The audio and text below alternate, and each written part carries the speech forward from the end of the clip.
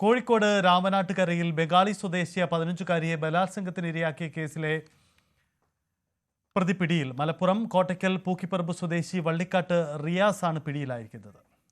MS Aneesh Kumar ചേരുന്നു. അനീഷ്, ഇയാൾ മാത്രമാണോ പ്രതി, അതോ ഒന്നിലധികം പ്രതികളുണ്ട്? പോലീസ് ഇത് അംഗീകരിച്ചിരുന്നില്ല. എന്തായാലും ഇയാൾ മാത്രമാണ് പ്രതി എന്നാണോ പോലീസ് പറയുന്നത്? ഇയാളെ എവിടുന്നാണ് പിടികൂടിയത്? വിശദാംശങ്ങൾ.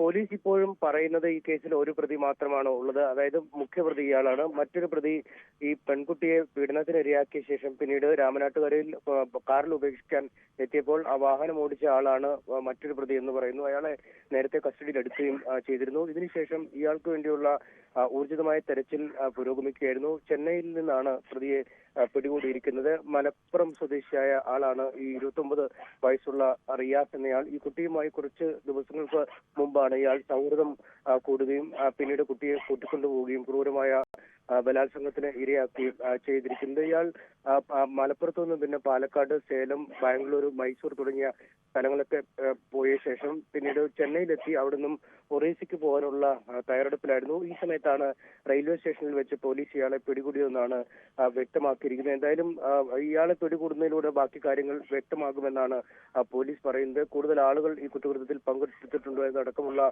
കാര്യങ്ങളെക്കുറിച്ചുള്ള കൃത്യമായ വിവരം ലഭിക്കും.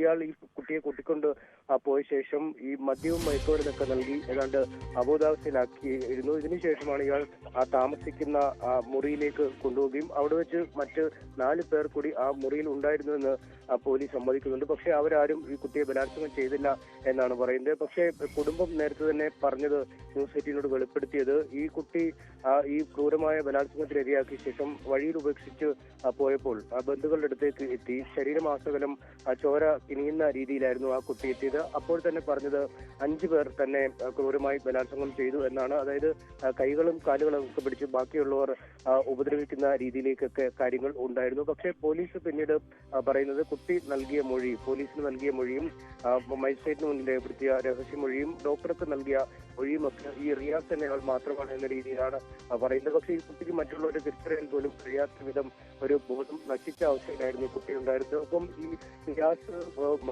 ഒളിവിൽ പോകുന്നതിന് തൊട്ടു മുമ്പ് ഒരു ഹാർഡ് ഡിസ്ക് ഒരു കിണറ്റിൽ ഉപേക്ഷിച്ചിട്ടാണ് പോയത്. സുഹൃത്തിന്റെ വീട്ടിലെ കിണറ്റിൽ ആ ഹാർഡ് ഡിസ്ക് പിന്നീട് സ്കൂബ ഡൈവർമാരുടെ സഹായത്തോടുകൂടി പോലീസ് മുങ്ങിയെടുക്കുന്നുണ്ടായി. ആ ഹാർഡ് ഡിസ്കിൽ എന്താണെന്നുള്ളത് ഫോറൻസിക് പരിശോധനയ്ക്കായി അയക്കുന്നുണ്ട്. ഒന്നെങ്കിൽ ഇയാൾ താമസിച്ച മുറിയുടെ സമീപത്തുള്ള CCTV ദൃശ്യങ്ങളാവാനോ അല്ലെങ്കിൽ ഈ പെൺകുട്ടിയുടെ സ്വകാര്യ ദൃശ്യങ്ങൾ പകർത്തിയ ശേഷം പിന്നീട് അത് കാട്ടി ബ്ലാക്ക്മെയിൽ ചെയ്ത് കേസ് നൽകുന്ന അടക്കമുള്ള നടപടിയിൽ നിന്നും പിന്തിരിപ്പിക്കാനുള്ള നീക്കമാണ് എന്നും വ്യക്തമല്ല. എന്തായാലും ആ ഹാർഡ് ഡിസ്കിനുള്ളിലുള്ള കാര്യങ്ങൾ ലഭിച്ചാൽ ഇത് സംബന്ധിച്ച ഒരു വ്യക്തത കൈവരും. ഇയാൾക്ക് ക്രിമിനൽ പശ്ചാത്തലമുള്ളതാണ് എന്നും മനസ്സിലാക്കുന്നു. നേരത്തെയും ഈ സഹപ്രവർത്തകയായി കടയിൽ ജോലി ചെയ്യുന്ന ഒരു യുവതിയെ പീഡിപ്പിച്ച കേസിൽ അല്ലെങ്കിൽ അങ്ങനെ ഒരു ബലാത്സംഗ കേസിലെ പ്രതിയുമായിരുന്നു. മറ്റു കേസുകളിൽ കൂടി ഇയാൾ കൊണ്ടുപോയെന്ന് പോലീസ് പരിശോധന വരികയും എന്തായാലും അടിമുടി ഒരു ക്രിമിനലായ മനുഷ്യനാണ് ക്രൂരമായ കുറ്റകൃത്യം നടത്തിയിരിക്കുന്നത്. സജിത്ത്, എന്തായാലും രാമനാട്ടുകര കേസിലാണ് ഇപ്പോൾ അറസ്റ്റിലുണ്ടായിരിക്കുന്നത്, ഇയാളെ പിടികൂടിയിരിക്കുന്നത്. അനീഷ, ഒരു കാര്യം കൂടി, ഈ ബംഗാളിൽ നിന്ന് വന്ന ഈ കുട്ടിയുടെ ബന്ധുക്കളും പോലീസ് സംഘവും ഒക്കെ ഇപ്പോഴും ഇവിടെ കേരളത്തിൽ ക്യാമ്പ് ചെയ്യുകയാണോ? ഈ അന്വേഷണത്തിന്റെ തുടർ നടപടികൾ ഇനി എന്താവും? പ്രതിയുടെ തെളിവെടുപ്പ് അത്തരം നീക്കങ്ങളൊക്കെ ഉണ്ടാവില്ലേ? പോലീസ് സംഘം കഴിഞ്ഞ ദിവസം മടങ്ങിയിരുന്നു. കേരള പോലീസിൽ നിന്നും വിവരങ്ങൾ ആരാഞ്ഞിരുന്നു. കേസിന്റെ പുരോഗതി മനസ്സിലാക്കിയിരുന്നു. ഈ പ്രതിയെ കൊടുക്കാനുള്ള അല്ലെങ്കിൽ പിടികൂടാനുള്ള ഒരു കൃത്യമായ നീക്കത്തിലാണ് തങ്ങളെന്ന് പോലീസ് വിശദീകരിക്കുകയും ചെയ്തിരുന്നു. ഇതേ തുടർന്ന് ബംഗാളിൽ നിന്നുള്ള സംഘം മടങ്ങിയിരുന്നു. ഈ കുട്ടിയുടെ ബന്ധുക്കൾ, ഈ അമ്മ ഈ കുട്ടി ക്രൂരമായ പീഡനത്തിനിരയാകുമ്പോൾ ജാർഖണ്ഡിൽ ഒരു വീട്ടിൽ ജോലിക്ക് നിൽക്കുകയായിരുന്നു എന്നാണ് മനസ്സിലാക്കാൻ കഴിയുന്നത്. അതിനുശേഷം എത്തിയിരുന്നു. കുട്ടി വല്യമ്മയുടെയും വല്യപ്പന്റെയും കൂടെയായിരുന്നു ഇവിടെ താമസിച്ച് വന്നിരുന്നത്. എന്തായാലും ആ കുട്ടിയുടെ ബന്ധുക്കളൊക്കെ ഇപ്പോൾ രാമനാട്ടുകരയിൽ തന്നെ ഉണ്ട്. പക്ഷെ അവരിപ്പോഴും ഉറച്ചു വിശ്വസിക്കുന്നു ഈ പോലീസ് ഒരാളെ മാത്രം പ്രതി ചേർത്ത് കേസ് ഒത്തുതീർക്കാനുള്ള അല്ലെങ്കിൽ ഒതുക്കാനുള്ള നീക്കങ്ങളാണ്. അവർ ഉറച്ചു നിൽക്കുന്നത് കൂട്ടബലാത്സംഗത്തിൽ തന്നെ ഈ ഇരയായി എന്നാണ്.